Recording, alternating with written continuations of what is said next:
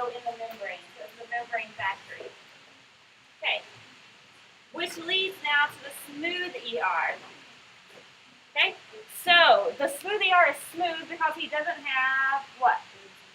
Ribosomes. He doesn't have ribosomes. Okay, so instead of being responsible for putting the proteins in the membrane, he is responsible for lipid and steroid synthesis. Okay, but he also does some lipid metabolism and some detox. So the way I remember smooth and rough ER and which one does which, or at least what the smooth ER does, I think of lipids as being like oils and fats, which are slimy and sticky and smooth. Slimy and smooth. Okay, and so the smooth ER does lipid synthesis. It helps produce lipid. Okay? All right. The next guy is our Golgi apparatus. What does he do? Packages. He packages what? Proteins. He packages proteins and he sends them different places. He can send them in a little package outside of the cell. He can send them in a little package to be on the plasma membrane. Or he can send them in a little package to be part of the lysosome, which we'll get to in a little bit. Those proteins that are being packaged and transported by the Golgi apparatus, where did they come from? The rough ER. So they're made here in the rough ER by those ribosomes. Then they get sent to the Golgi, and then the Golgi ships them out to wherever they're supposed to go. Okay? So I can give the little Golgi as a little postal delivery guy. Okay. Lysosomes and peroxisomes. So you probably noticed on your picture of your cell diagram that the lysosomes and peroxisomes both look like little circles, right? Right. Now, let me tell you this, that if you are asked on the test to identify some organelles on the cell diagram that's similar to the one you did for homework, you will not be asked to tell the difference between a lysosome and a peroxisome because they look the same. So, you may be asked which one is a lysosome, and you're going to choose the one that's a little circle. Or you may be asked which one is a peroxisome, and you choose the little circle. But you're not going to be asked which one is a lysosome and which one is a peroxisome. Okay, don't stress out about that one while you study. Okay, lysosomes have the prefix lys. So what do? Lyse. They break things down. Hydrolysis, lysis is breaking things down. Okay, so they contain acid hydrolases that do hydrolysis. They're going to break things down inside the cell. So they can break down things that the cell eats, like this little bacterium, or dead organelles, like mitochondria that are dying and not working well, so lysosomes can break those down. And they come from the Golgi apparatus. So inside of them, those hydrolases are proteins. Enzymes, they have proteins. So they came from the Golgi. And then the peroxisomes contain oxidase enzymes that help get rid of free radicals. So that's detoxifying our toxic substances. And they're also self-replicating. So a peroxisome can make more of himself, which is fancy. All right, still doing good? Okay, the cytoskeleton is next. So this is the structural components within the cytoplasm. Okay, so the cytoskeleton helps the cell both maintain its shape, but it also helps the cell move. Okay, there are different types of filaments that make up the cytoskeleton, and they fit into these three categories. Okay, so the microfilaments are strands called actin, and they're responsible for muscle contraction.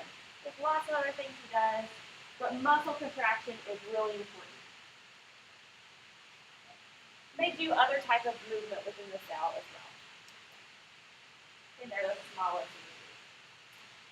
Then we have intermediate filaments. They are intermediate in size. They're not as small as microfilaments, but not as big as the microtubules. They form desmosomes. You guys remember what the desmosomes do? cells together. Okay, so it isn't a tight junction. Things can still move through, but it holds those cells together and prevents them from tearing. Okay?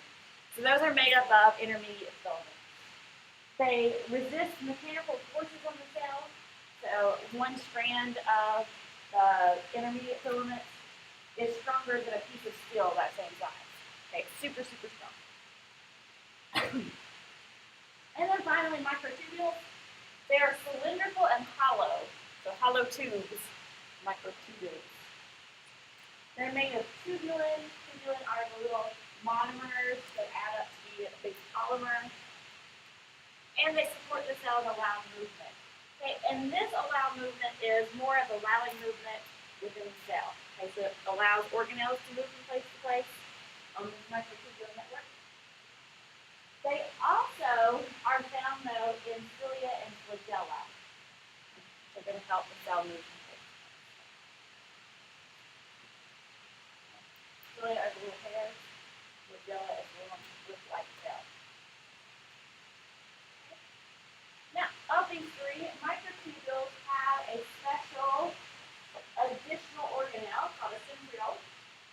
The centrioles are also sometimes you'll hear them called the Microtubule Organization Center or MTOC. Okay, but they're just the area where the other microtubules are going to originate. Okay, they're where they come from. So you always have paired cylindrical bodies. They don't go by themselves. They're paired together. And each of the cylindrical bodies are composed of 9, 1, 2, 3, 4, 5, 6, 7, 8, 9, round number 2, in the circle, triplets of microtubules. So there's 3 microtubules, and then there's 9 of those that make up a centriole. So they help, again, organize the microtubule network during mitosis. And they're also found in the bases of cilia and flagella.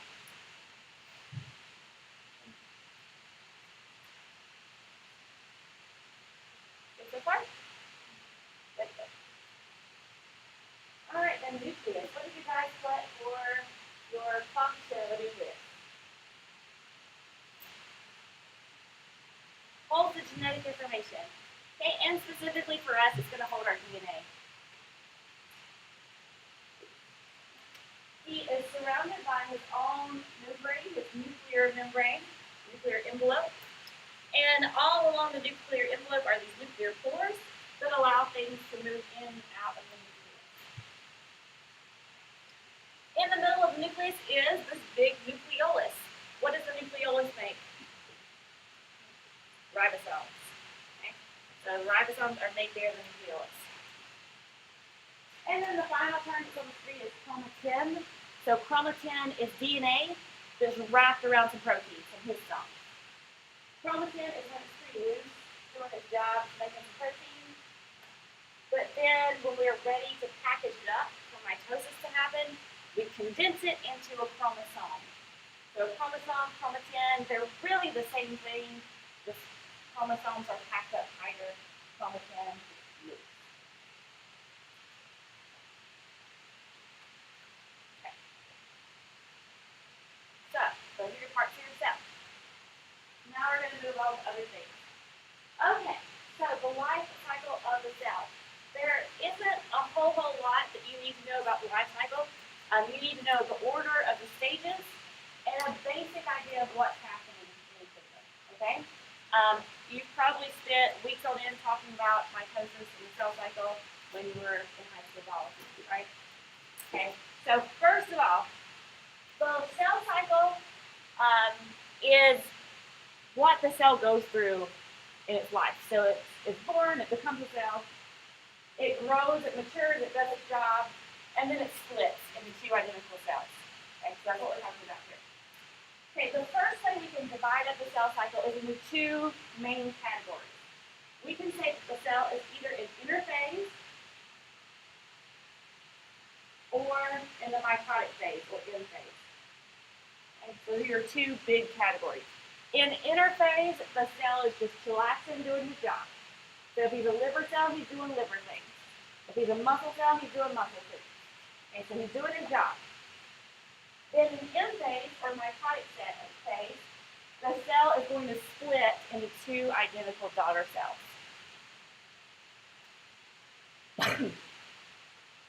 Okay, so those are the two main phases. But then we can break those down a little bit farther. Okay? So first, in the interphase, we have G1S and G2. Those are the three phases in interphase. The G in G1 and G2 really stands for gap phase, but you can think of it as growth. So G1 is the first growth phase. The cell is growing, doing its thing. G2, the cell is growing and doing its thing. Then in S phase, in between those two, what is the special thing that happens here? DNA synthesis or DNA replication. That process, DNA synthesis or DNA replication, is what produces the genetic information, that extra copy of DNA, so that it can be given to the new daughter cell. Okay?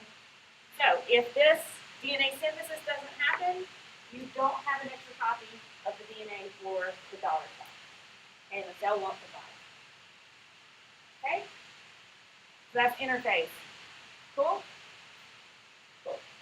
Okay, during mitosis, the cell is going to actually split into two cells. Now, you need to know the order of these phases. So it starts with interphase, prophase, metaphase, anaphase, telophase, diakinesis. Okay? These guys, T, MAT, C, are all part of the mitotic phase or M phase, and then I is the interphase. Okay? So to know the phases in order, I remember I, T, MAT, C. Okay? I know it's not very catchy and it doesn't really mean anything, but my husband Matthew, you can go by Matt, you can say I, T, MAT, C. But that's kind of gross. But if you want to use that, you can use that. Just make sure you know your phases in order.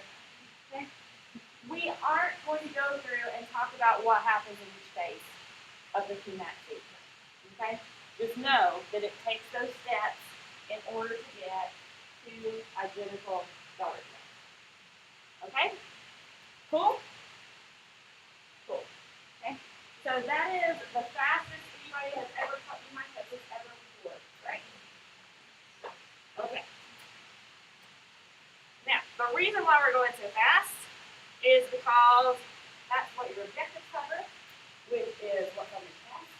And I want to have time to go through these next couple processes because they're a little more in depth. Okay? A little more in depth.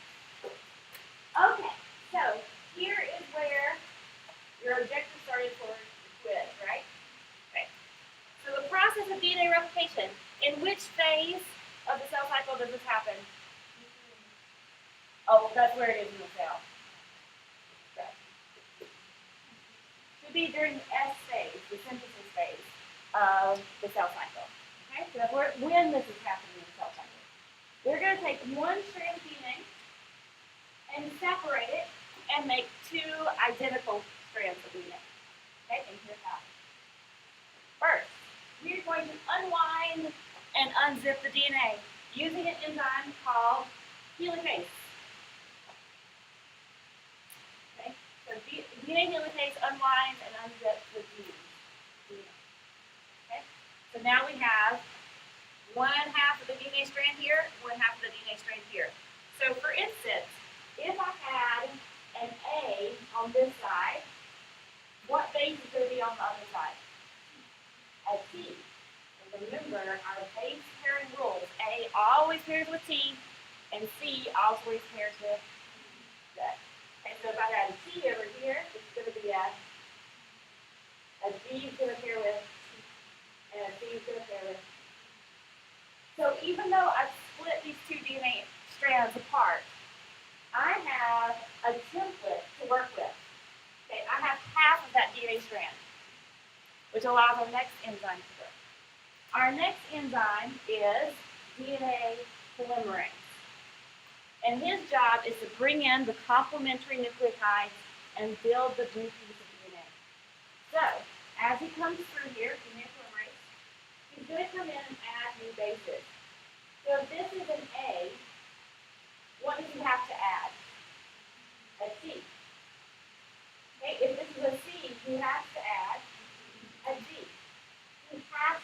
follow base pairing rules. And if you follow base pairing rules, we should end up with two pieces of DNA that are identical, because the DNA polymerase is replacing that strand that got separated from it before. Okay? You end up with two identical pieces of DNA at the very end. Cool? Cool. Okay? I've also given you a 3D pickup line there. However, this one, you must promise me you will not lose.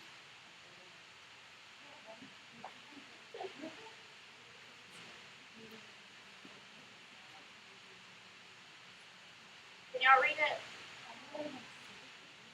Okay. Questions about DNA replication? Okay. Now,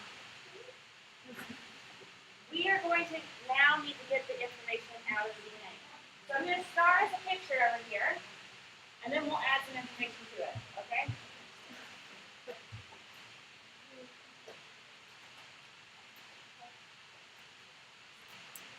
Okay. So there's my piece of DNA. And in the human body, our DNA is found in our, how many chromosomes? 23 pairs, so a total of 46 chromosomes in all. That's a whole lot of DNA. Okay? Within each piece of DNA, we can separate down even farther into genes. Okay, so a gene is a segment of DNA that codes for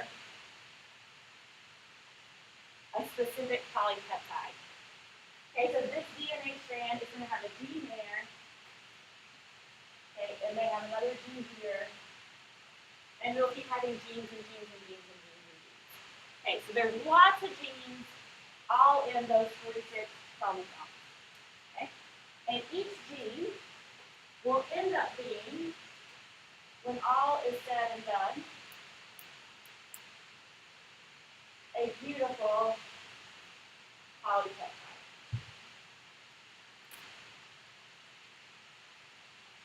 Which will make up a protein. And remember, from when we were talking about our macromolecules and what they do, proteins do everything in the cell, right? There are the enzymes, they help you move, they do all kinds of things, okay? So no proteins, you die. Proteins come from DNA. So if you don't have DNA, you die. Okay. All right. So we've got our DNA being used to make proteins. But each of these individual genes will make a different protein. Okay? Okay. And then there are specific rules by which the base sequence of a gene is translated into an amino acid sequence, and that's called our genetic code. Now, we're going to talk about what that means. Okay. So in our DNA, we have 4 nucleotide bases. We have A, T, C, and G, right? Those are the only options we have. But then we can order them and arrange them in all kinds of different ways. So your A, T, C's, and G's are arranged a little bit differently than the person's in the body. Okay? That's what makes you you. Okay. So those are the letters in the gene. Within the gene, though, there are going to be smaller words. The words are called codons. Okay? Each word is only 3 nucleotides long. And that word is going to code for a specific amino acid. Okay? So that means inside this gene, we have our bases. We're going to separate these bases into 3-letter words. And then each of those 3-letter words are going to give us a specific amino acid. The order that they tell us to put those amino acids in is going to give you your primary structure of your protein. And that primary structure will fold up into a secondary structure. Then you'll get tertiary structure. Then eventually quaternary structure, and we get our actual protein. But it all comes from these 3-letter words in the DNA that tells us what specific amino acid to add. Okay? Now, All of that sounds really complicated, but we're going to walk through the process. Y'all ready? Okay. This chart, let me go ahead and tell you before the question is asked, you don't need to memorize it. Okay. If you have to do anything with the chart on the test, we will give it to you. Okay. Cool? Cool. Okay. So this process of going to DNA, from DNA to protein takes a couple of jumps. Okay? We can't just go from DNA to protein. We have to have one stop along the way.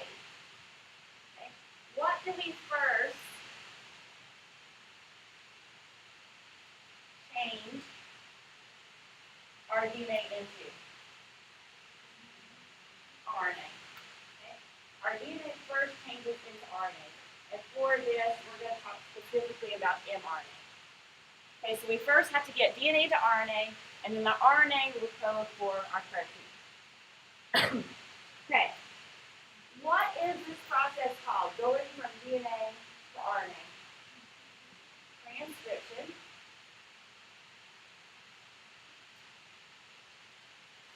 And what is the process called from RNA to protein? Translation. Okay, a couple ways to remember which one is which and what it does. It's in alphabetical order. So transcription happens first, translation happens second. Okay, so the C comes without. Secondly, the word translation is usually used to refer to the languages. So changing from one language to another. Okay? And this, in this instance, is talking about translating from one type of macromolecule or one type of organic molecule into another. Okay? DNA and RNA are both what type of organic compound? Carbs, lipids, proteins, and nucleic acids. Nucleic acids. So they speak the language of nucleotides. They're all built like nucleotides. What about protein? Protein is protein, right? So what is language? What does it use? Amino acids.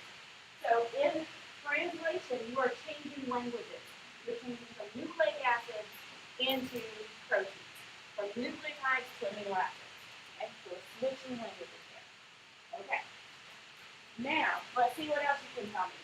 Where does this process happen? Where does transcription happen? In the nucleus. Okay?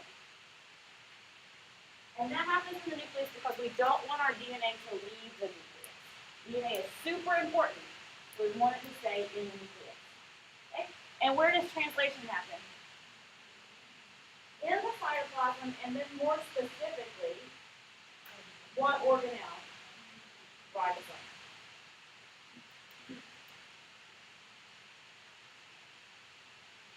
On the ribosome. Okay? Now, a way to kind of think about this process. Let's say that you had a recipe book that's been passed down from generation to generation, and it had a recipe for a really good batch of cookies. That was your grandmama's recipe, and your great-grandmama's recipe, and your great-great-grandmama's recipe for this wonderful cookies. Okay? Now, that is going to be found in your recipe books. Okay? Your recipe books are the DNA. Then you have volumes of these recipe books because you've got lots of recipes that have been passed down from one generation to another. Now, you want to take extra care of those recipes because they have been passed down from one generation to the other. You want to keep them safe. So you're going to keep them on the shelf in the kitchen, in the nucleus. Now, when you want to make cookies, though, you'll take down that book from the shelf and you'll copy the recipe for those cookies onto a recipe card. And then you can take that recipe card into the kitchen where it might get dirty, it might get torn up, and eventually when you're done with it, you throw it away because it doesn't matter. You can go back to the recipe book next time you want to make cookies. Okay? In that analogy, our RNA is going to be the recipe card. Okay? It's a copy of the information that was in the cookbook, but it can leave the nucleus. It can go out of the library into the kitchen. I think I said a little bit ago, the cookbook stays in the kitchen. I apologize. The cookbook is going to stay in the library. It's locked away in safe pieces. So the recipe cards can go into the kitchen, into the cytoplasm where it can get dirty. Then we're going to use that recipe card to make cookies, which are your proteins. Okay? But originally, the information to make that cookie came from the DNA at the beginning. Okay? We're just moving that information into the cytoplasm where we can make some cookies. Cool? Okay. Now, let's look a little bit more deeply into this process. We're going to start with transcription. Transcription is pretty straightforward. We are taking DNA, we're unwinding and unzipping it, and we're building a piece of mRNA using base pairing rules.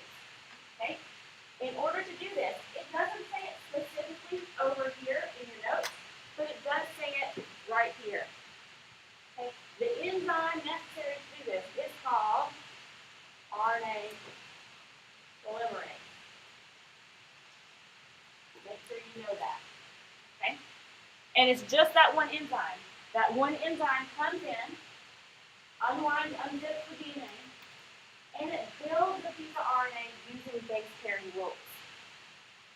Okay? So, over on this side of the board, let's see if we can do this. If I give you a piece of DNA that starts out with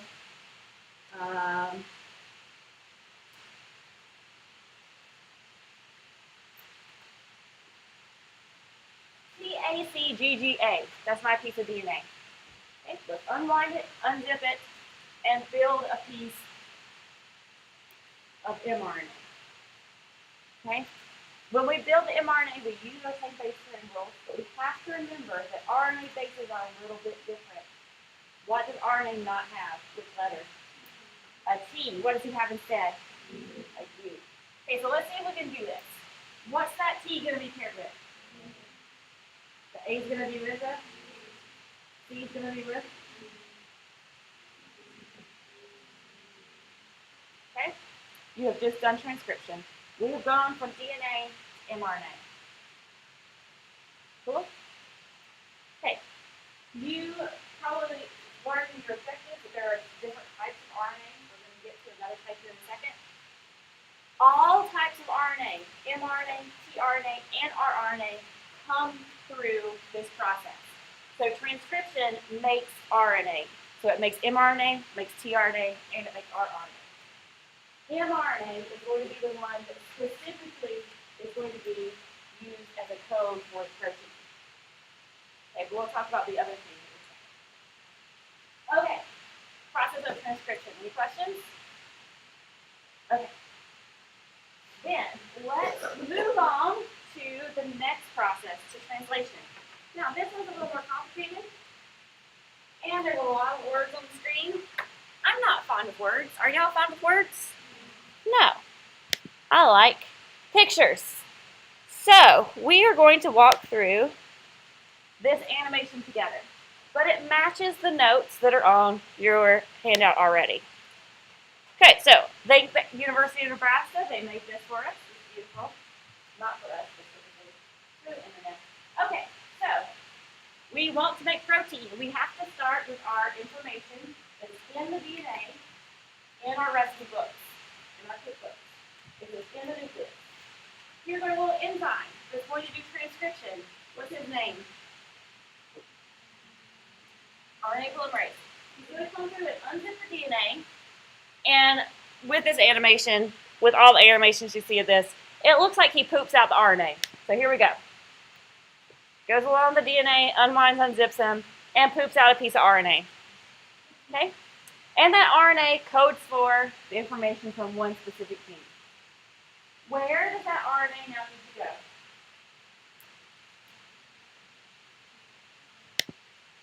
He needs to go out into the cytoplasm. Okay? And we are carrying that recipe into the kitchen. All right, now that we're in the kitchen, specifically, which organelle are we going to? The ribosome. Okay, so we need him. That's that purple guy up there. There he is. And we also need some amino acids because we need to stick them together to make a protein. All right, so let's zoom in and see what we got. So there's our mRNA strand. We can see there's all kinds of letters there. Our individual nucleotides. There's our ribosome.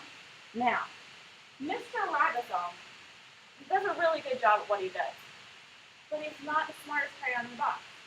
He can only read 3-letter words. That's it. Cat, bat, bat. That's not what he's stuck with. Okay?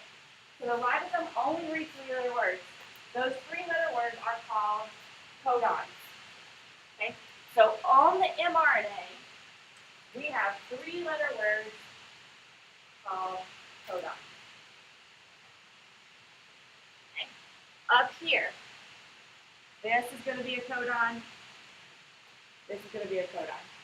Codons are part of mRNA. Okay? And the ribosome is going to bind to the mRNA and read through and read those 3-letter codons. Okay. Something to know about the ribosome. He is also made of RNA. He is just made of rRNA. So he's rRNA and protein put together to make the organelle. Okay, so that's where your second RNA is. Okay, so he's reading through, and he sees AUG. AUG is the start codon. So it's going to tell us where to start reading. Okay, here is our third type of RNA. This is Trina, tRNA. She looks like she got run over by a big truck. But you can kind of see that she's got her little arms. She's got her crown at the top, which is her anticodon. And she's got her amino acid down at the bottom. What does the anticodon bind to? The codon. So your codon is found in the mRNA. So one thing the tRNA binds to is mRNA, or a codon. What's the other thing that the tRNA binds to? What's that on the bottom? The amino acid. So the two things that Trina binds to is mRNA, or a codon, and an amino acid. Okay? Now, the first codon we read is AUG. What's going to be the anticodon that matches up with AUG? UAC. It's the opposite. We still have our base pairing rules. So, UAC, that's just showing you that Trina is actually made of RNA, sorry. So you've got all your nucleotides there. But she's going to come in and pair with AUG, and she carries along with her a specific amino acid. This amino acid is always what you get when you see AUG. It happens to be methionine. If you want to memorize that chart that I told you not to memorize, AUG always codes for methionine. Okay? Then the ribosome will slide down, and he'll read his next codon, which was a CGU. So the next Trina with GCA comes in and pairs. The codon and anticodon pair, and we bring our new amino acid friend. This amino acid is the one that's specifically carried by CGU. I don't know that one, so we'll just keep going. Okay, now we have two amino acids really close to each other. What's going to happen between them? Peptide bond. Okay, so they're going to form a peptide bond. The first Trina falls away because we don't need her anymore, and we slide down. Our next codon is a CGU. That's going to pair with GCA. We get a peptide bond, and this process keeps going until we reach a stop codon. When we reach a stop codon, the process stops, and everything falls apart. We now have a primary sequence of amino acids. So this amino acid was coded for by that first codon that came from the DNA. This one came from the second codon, which came from the DNA. So the DNA tells us, it gives us instructions of how to put those amino acids in order. The order of those amino acids in the primary structure determines how it folds up in the secondary structure, which determines how it folds up in the tertiary structure, which determines how it folds up in the quaternary structure. Okay? So the shape of the glob determines the job, and the shape of the glob in the protein is determined by the sequence in the DNA. Okay, so DNA codes for protein. All right, and finally, this process happens repeatedly. Multiple ribosomes can reach mRNA all at the same time, and it just keeps happening and happening until the mRNA is degraded and it doesn't do its job anymore. Okay? All right, so if we go back to our PowerPoint, we now have the words to describe what we just talked about. And I realize I'm almost out of time. So, our mRNA attaches to the ribosome, tRNA transports an amino acid to the mRNA strand because it recognizes the codon.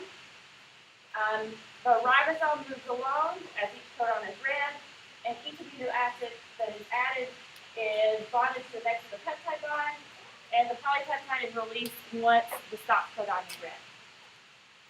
All right. I still have like 5 minutes, right? Okay, good. Now, to finish our thing over here, we've done transcription. We can also do translation using our chart. Okay? So if we read the codon AUG, using our chart, we look up AUG, and that codes for MET, or methionine. So, the tRNA that matches up with AUG is always going to carry methionine. Okay, CCU is right there on the chart. So it says the amino acid that always pairs with that is proline. PRO. Okay, so we get those two together, they'll form a peptide bond, and we'll keep adding on amino acids as we go. If something happens to change the DNA, a wrong letter gets added, that's a mutation. That mutation is going to cause these amino acids to change order, which will change the shape of the bond, which will change. Okay? Questions? Yeah.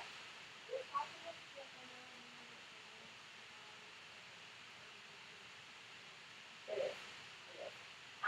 So it's not as bad though if mRNA gets damaged because mRNA has a short lifespan.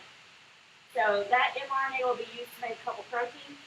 Those proteins will be bad, but then once that mRNA is gone, it's done. If though you damage the DNA, every protein that's made from that DNA will be messed up. So we don't worry as much about damage of the mRNA. It happens. Not a big deal. Okay. All right. Anything else? Yeah.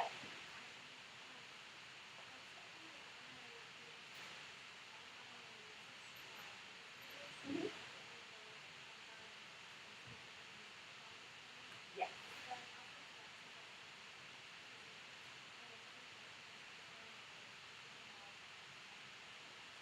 Exactly. So in eukaryotes like us, we give you the simplified version and say that a DNA, one gene goes to one mRNA, gets to one protein. But there are instances where that mRNA can be rearranged between the nucleus and making the protein, and one piece of mRNA can make multiple proteins because of the way it's spliced and rearranged. Okay, so we've got just a couple slides left. I know I only have a few minutes, but the good thing is these last couple slides are not objectives, right? If we read objectives, we're done with objectives. Okay, so we'll see how far we get. Let's see. So here's your summary slide. It's like the picture I drew over there. Not quite as good. So you got that there.